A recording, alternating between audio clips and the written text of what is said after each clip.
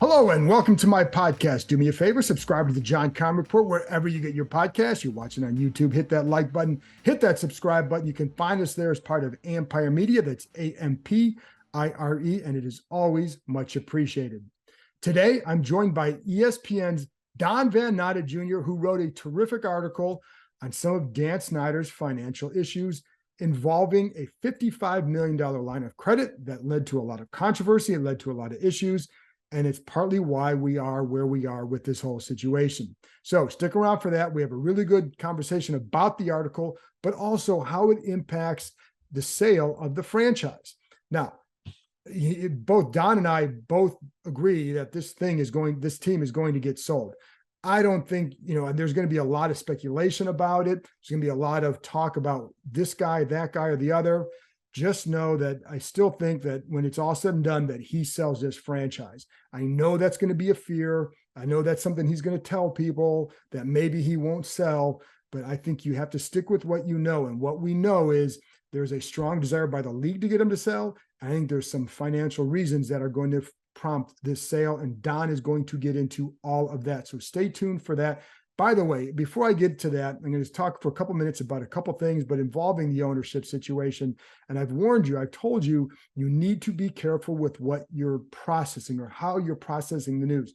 Keep in mind, there's always an agenda by anybody who's leaking anything, stories that are getting out. You always have to question, why is this story getting out there right now? What is the motivation for somebody to get this out there now?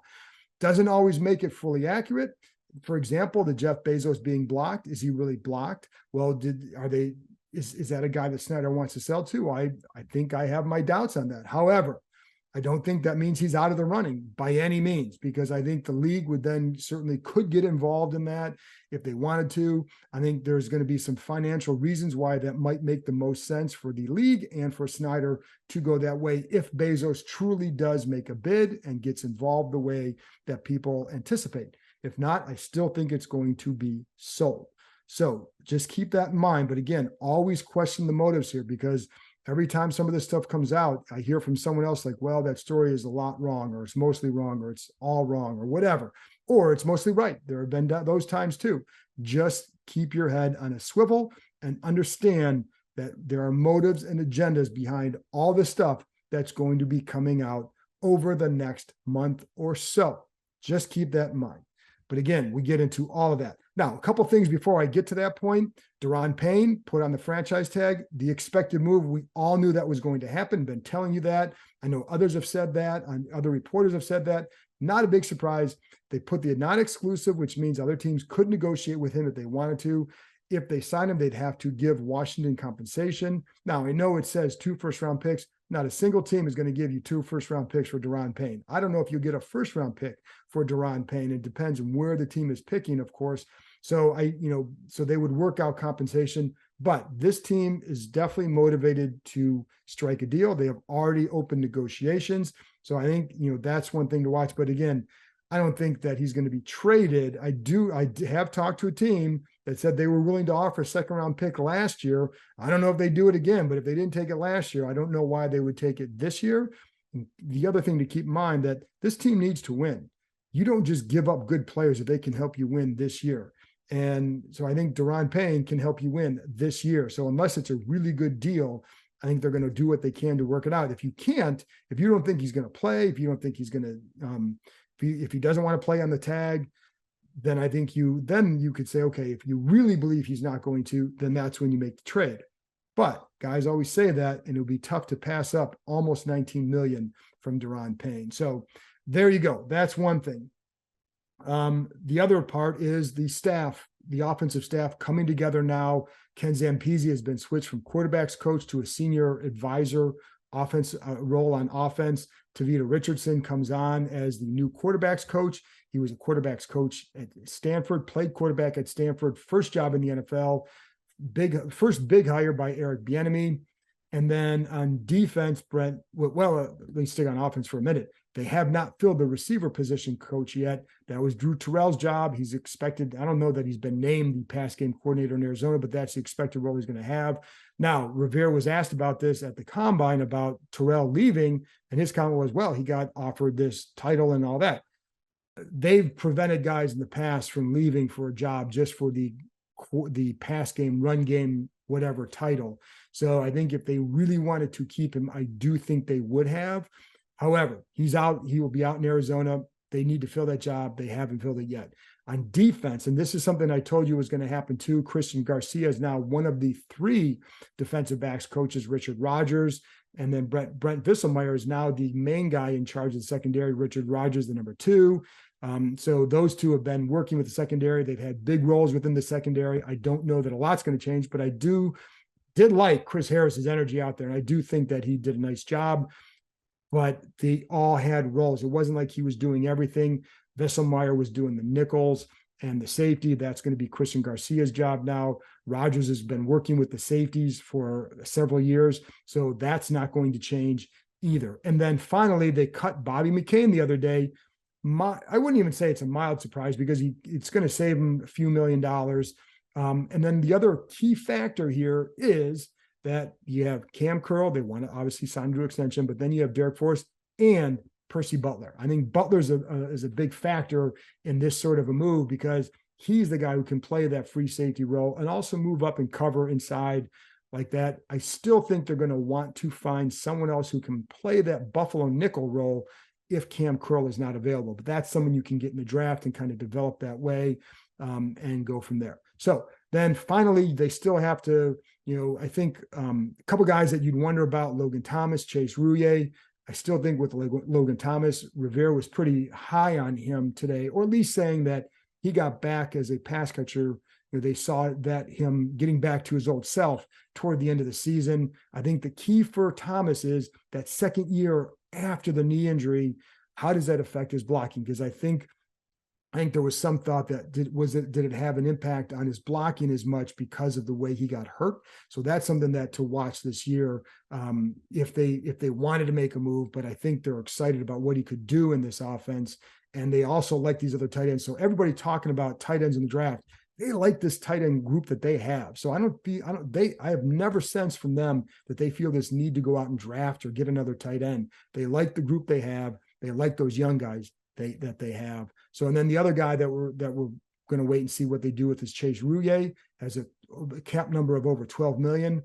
I don't sense anything immediate with him. And I think it's, when you're coming off 2 injuries like he's had, they're going to have to decide if he can still play and where his health is at. That's something they'll see over time. I think the other thing is Rouillet is going to have to decide, how badly do you want to keep going after those kind of injuries? The one he had last year was really, really bad.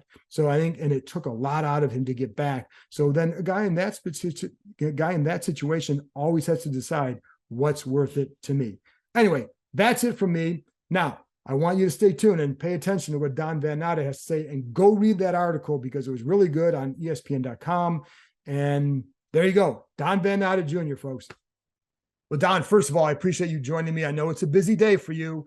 And, I want to get into the specifics of the story. It's a great bombshell story that you had on ESPN.com about the $55 million loan. But first of all, I always like to have people understand how this comes together for an investigative reporter, how a story like this comes together for you.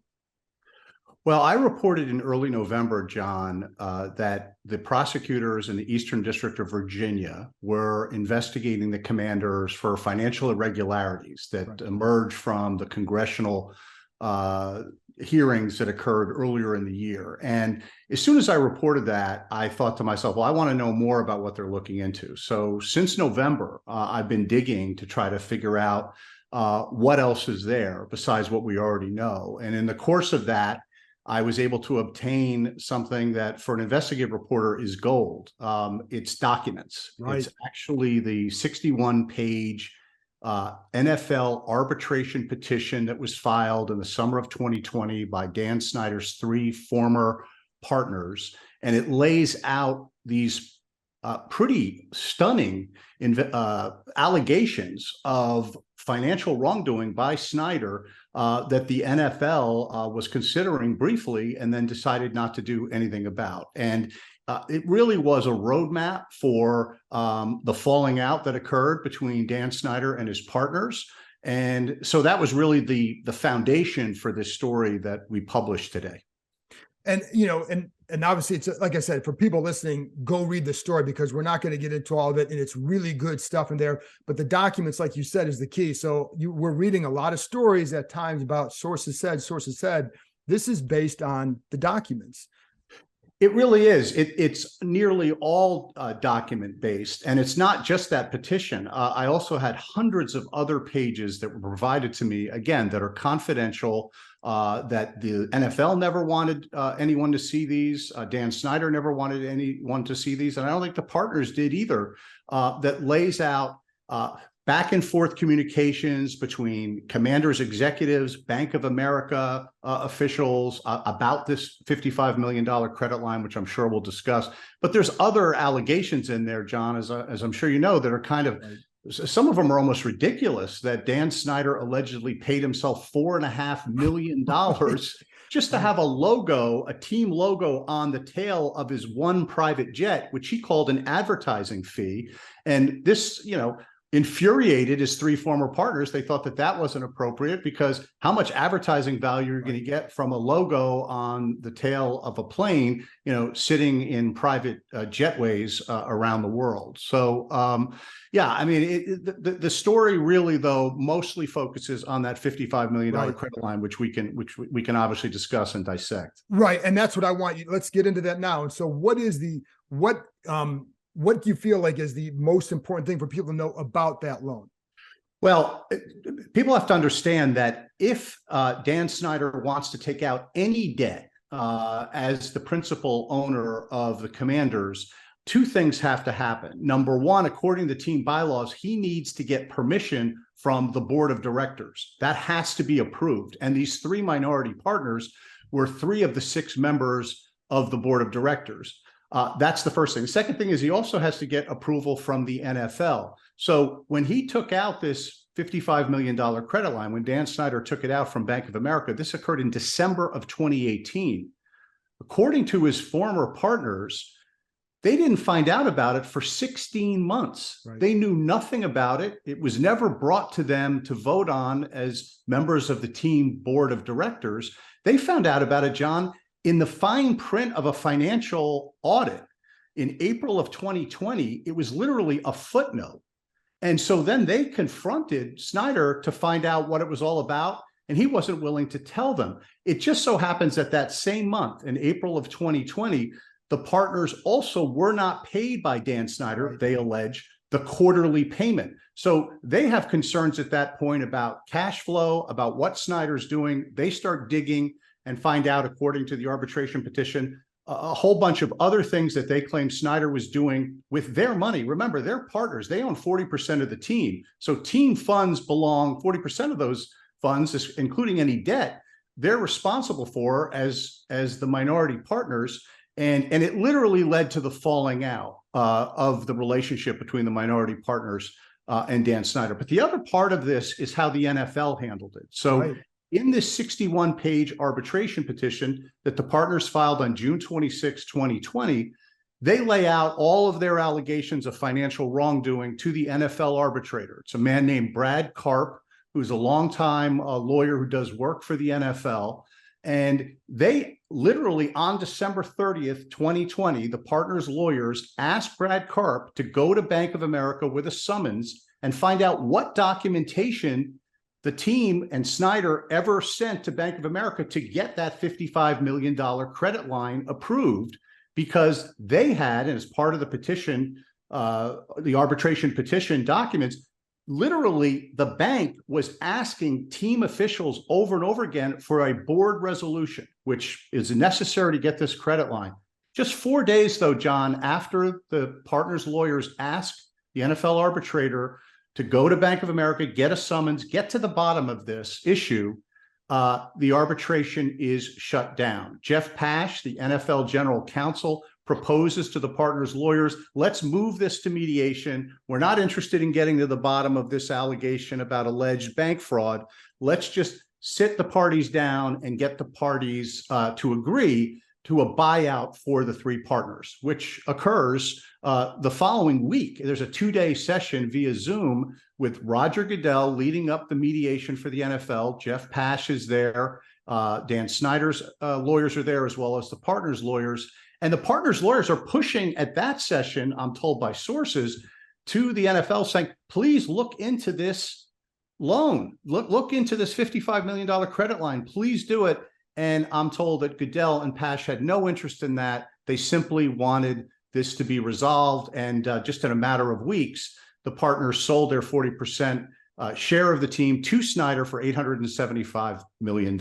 And they were out and it was over, or so they thought, until the federal prosecutors began looking into this. So two things, this is two-part, but how do you sneak through a $55 million loan? That's one. And why would the NFL not want to investigate this? Well, how do you sneak through the $55 million credit line is a great question, John. And, part of this is on the minority partners, right? I mean, we have a moment in our story that was in the arbitration petition whereas Robert Rothman, one of the limited partners, confronts Snyder saying, we haven't had a board of directors meeting in years. And Snyder allegedly tells him, what the F do I need a board meeting for? So, part of it is the lack of due diligence on the part of the limited partners, clearly here of why they were not looking more closely at how Snyder was spending money.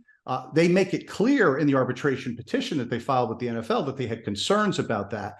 But your second question is really the question that for me is still really confounding, and I wasn't really able to get a good answer from the NFL. Roger Goodell declined to talk with me for this story.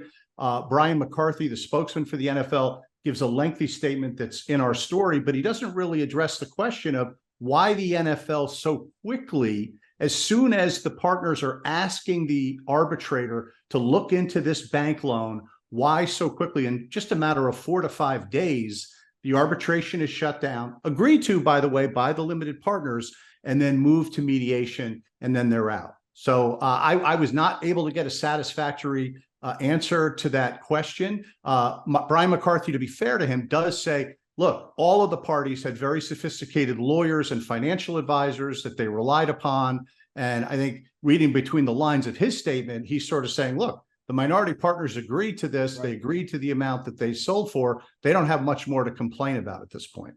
And then also some of that too is they wanted to sell. Those minority partners wanted to sell. And there was one of them, I think it was Katzenbaum, who eventually buys into the Falcons. So like if he had tried to allow that sale to go through, that may have led to some of this discovery.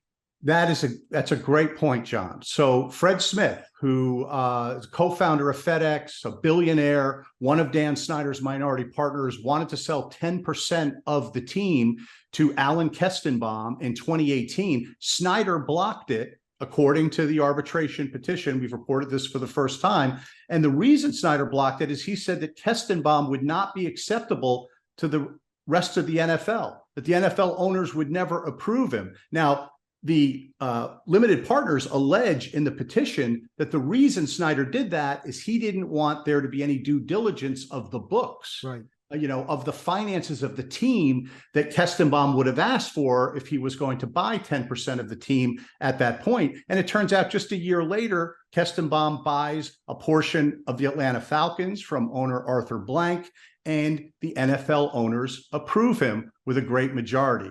So yes, that's another piece of the story that's quite alarming and raises questions about why Snyder was blocking anyone else to come in as a limited partner at that point. The partners say in their petition that they believe it's because Snyder didn't want anybody to look under the hood of the finances of the Commanders at that point. What would happen if he's accused of bank fraud? What happens? I mean, if he's not accused, but if something goes beyond this. Well, that's really up to the prosecutors and the investigators. I don't know if it'll ever come to that. I know they're aware of these allegations. I know that they're investigating them. They're looking into them. There have been subpoenas. The arbitration petition that I was able to obtain, I know, has been subpoenaed by the prosecutors in the Eastern District of Virginia. So we'll just have to wait and see whether it comes to that, John. I really don't know. I know they're also investigating the whistleblowers' allegations. Jason Friedman, the former executive's allegations that there were 2 sets of books, that whole juicing issue, all of those other things that came out early last year are also part of what the prosecutors in Virginia are looking into. And then this also certainly over the years, there have been a lot of talk, whispers, whatever, about cash flow problems for Snyder. How much does this point to that? Well, that's one of the other really striking things about the arbitration petition is that the partners believe that there were significant cash flow problems, because why else would Dan Snyder need a $55 million credit line that he did not let his limited partners know about? Again, the allegation, for me, that's one of the most stunning allegations, is that Snyder's got partners who own 40% of the team. And for 16 months, there's a loan on the books that they don't know about. Right. And there, you know, the language of the arbitration petition is quite striking. A lot of it is in my story that readers can read on ESPN.com of just how angry they were that they didn't know about it. And within a matter of weeks, John, there was a complete falling out between the partners and Snyder, primarily over the credit line, but also of other findings that the partners say they came up with when they really started investigating the books. And this cash flow issue that Snyder had cash flow problems is a clear allegation that was made as part of the NFL arbitration petition by the three former limited partners of Snyder. And that is, so like I said, that's something that, you know, for people on the beat have heard for a long time, especially, but it was always applied to free agency. Can they do? And like, I would always be told, like, it's not, don't look at the salary cap, look at the cash flow. And that's what the owner has. And so there are always questions there. But the other thing is, I'm sorry, go on. No, I was going to say, you know, you reminded me that one of the other things the partners say is they claim that Snyder not only was using the team, as they put it, as his personal piggy bank, but they were claiming that he was using team funds to fund a very lavish lifestyle. Yeah. You know, his yachts, his planes, his worldwide travel, a whole bunch of cars.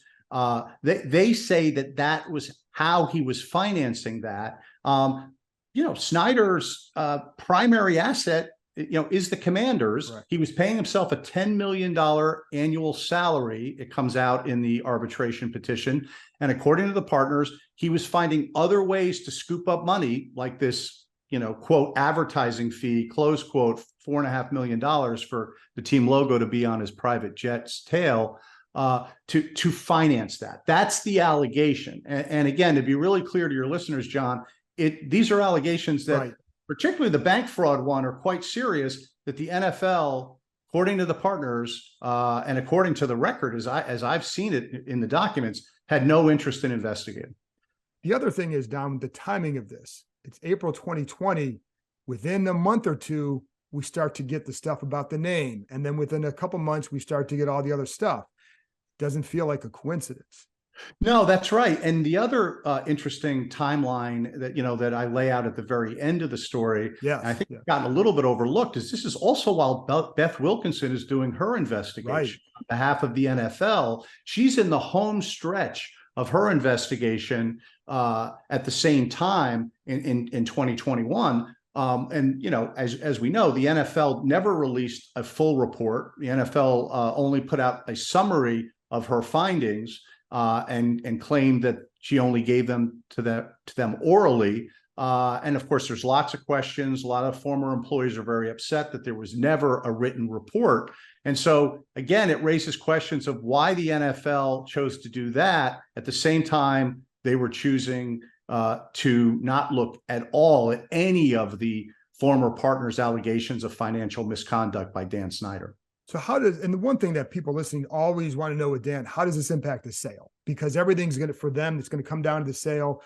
And there's a fear by some that I don't agree with, because I think he's going to sell, but like, there's a fear that would he'd ever sell.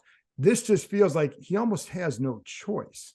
I'm in the same camp as you, John. I don't think Snyder has much of a choice. And I think part of what is driving that is debt.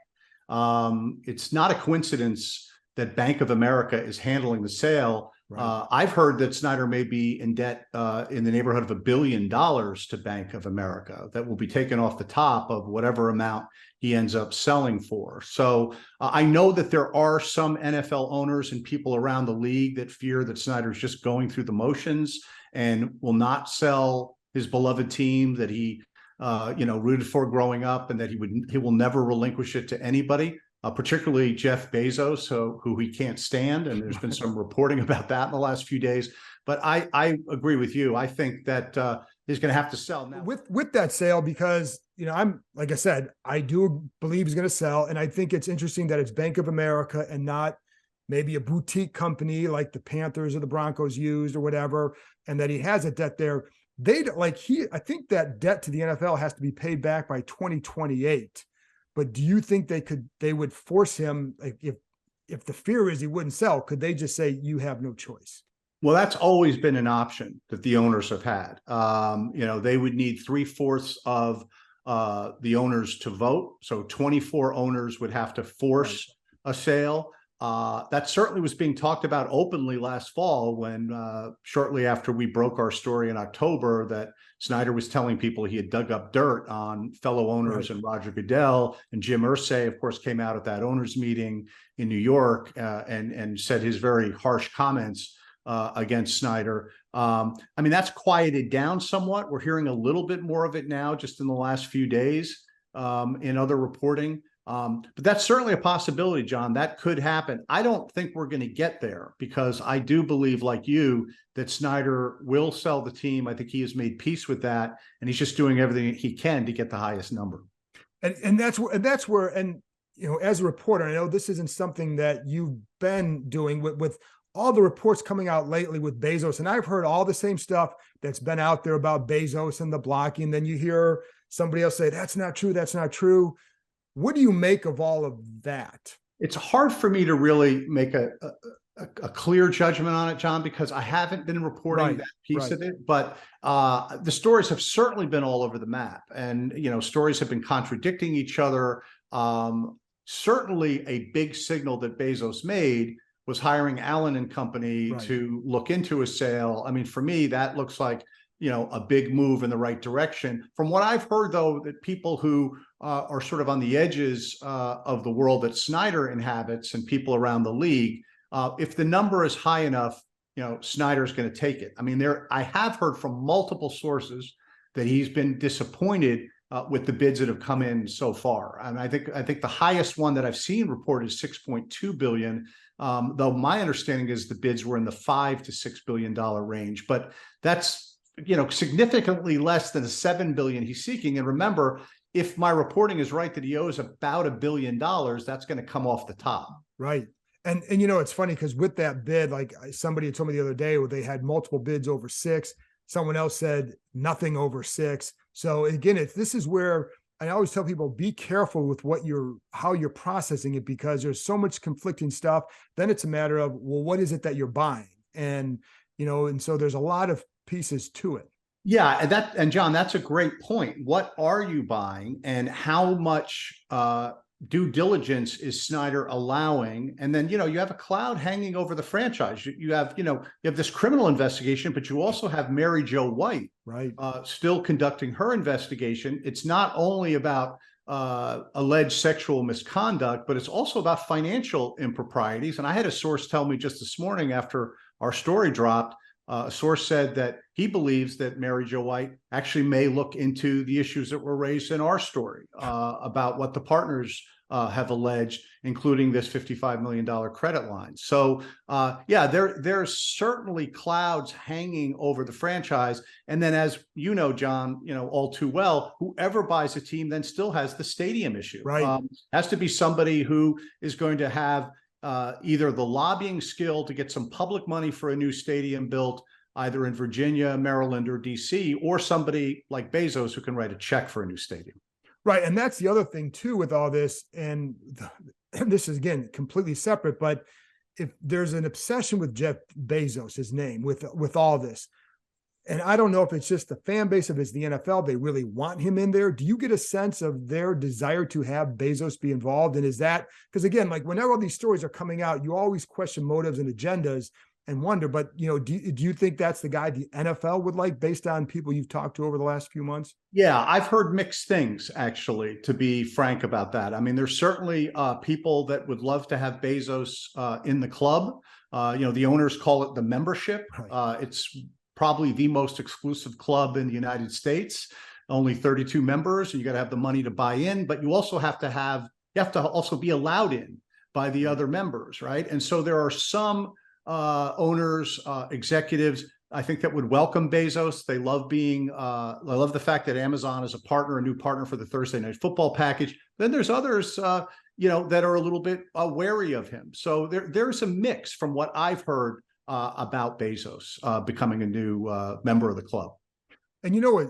Would you get a sense too? And I don't know if you have the sense, the timing of everything, because it still feels like we may be in the final month here, and that's, I think so, John. I think we're in the home stretch. I think we're in the final furlong of this for sure. I know that there was a deadline for bids that has come and gone. I believe it was last week.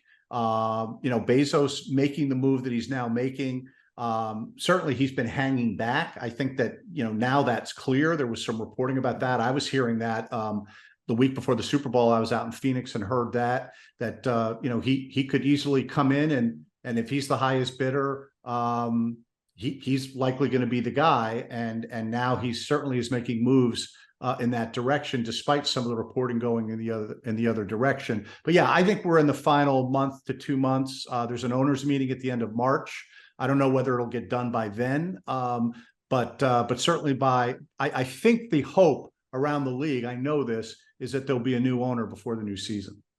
And going back to Bezos too, and like you said, there's conflicting things. And when he jumps in, how much too do you think like they want him involved just to raise the value of it? And I'm sorry, here's a question, Don. Okay, yeah, I know where you're going. It's a good question. Actually, yeah. You're going to go to valuations, right? Yeah. Right. That's one part, and then the other part is if Bezos comes in and says $6.5 billion, but the other offer, the top offer is 6.2. Will the NFL tell Dan, you've got to take the Bezos offer? Could he really prevent him from getting it if he is indeed that high of the highest bidder and by a good amount? Yeah, that's a great question, John. I don't know the answer to it. I do know from talking to folks around the league that certainly the higher the number is, the better it is for everybody, right? The valuations continue to skyrocket in the NFL, and we saw that with the Broncos sale.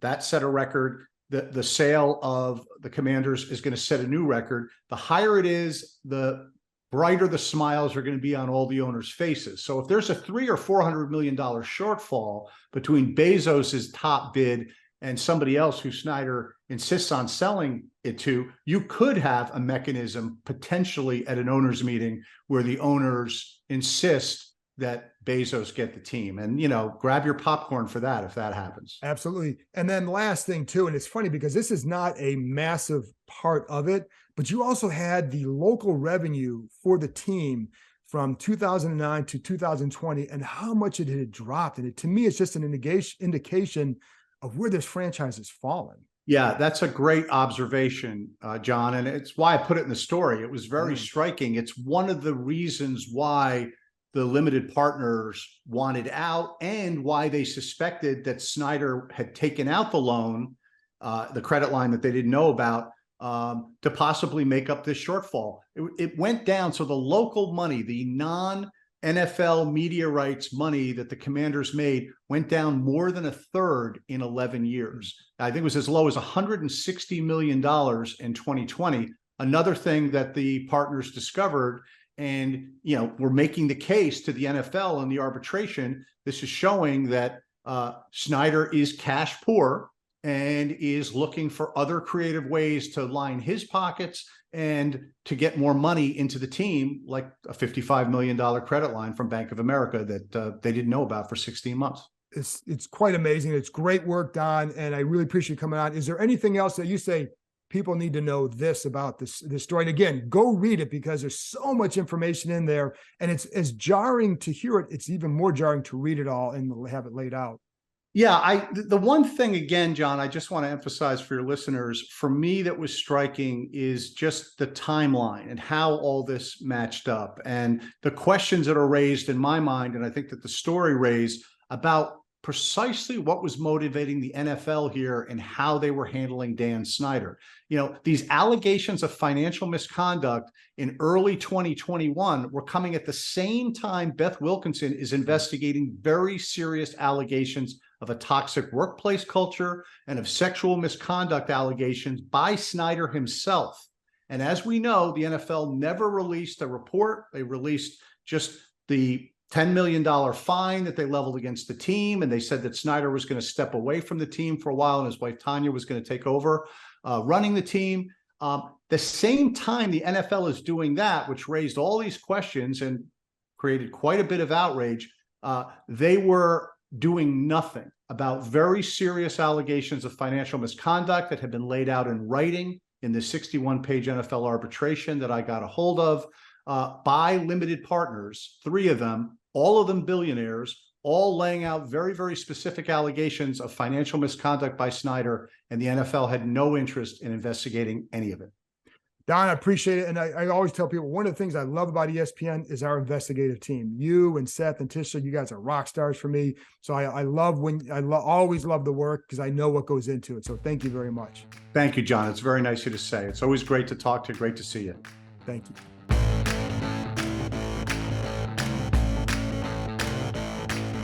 That's it for this episode. Thanks to Don for joining me, and thank you, as always, for listening.